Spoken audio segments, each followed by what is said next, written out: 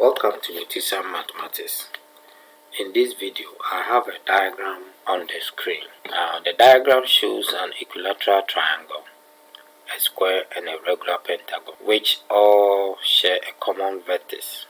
And what is the value of theta? So let's look at something brief here. Now, equilateral. So you need to start by what are the properties of equilateral triangle. For equilateral triangle, all the sides are equal, and then the angles are also equal, and the sum of angles of a triangle is 180. So when you divide it by 3, you get 60. So first, this angle, yes, you find this angle, one angle of the square, and then the angle of the pentagon. So each interior angle of an equilateral triangle is 60 degrees. So which means that this part is 60 degrees. Now for square has all the sides being the same, and each angle of a square is 90 degrees. So here too is 90 degrees. So let's come to the pentagon. Now underline the keyword regular pentagon. So when you say regular polygon, it means that all the sides and its angle are the same. So we need to find the interior angle of a regular polygon. Okay, so each interior angle of a square is 90 degrees.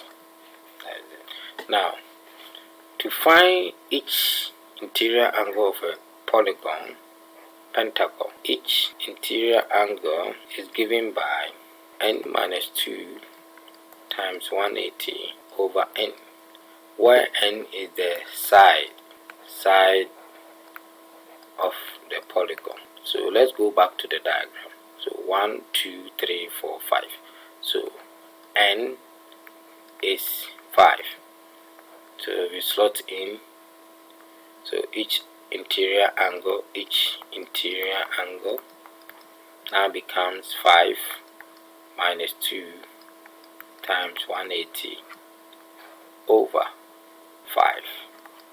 So we have 3 times 180 over 5. Now when we simplify, we are getting 108 degrees. So let's go back to the diagram. So this place too is 108 degrees. Now this is considered as a point. So the sum of angles at a point is equal to 360 degrees. So sum of angle at a point is equal to 360 degrees. So which means that we are going to add all these angles together.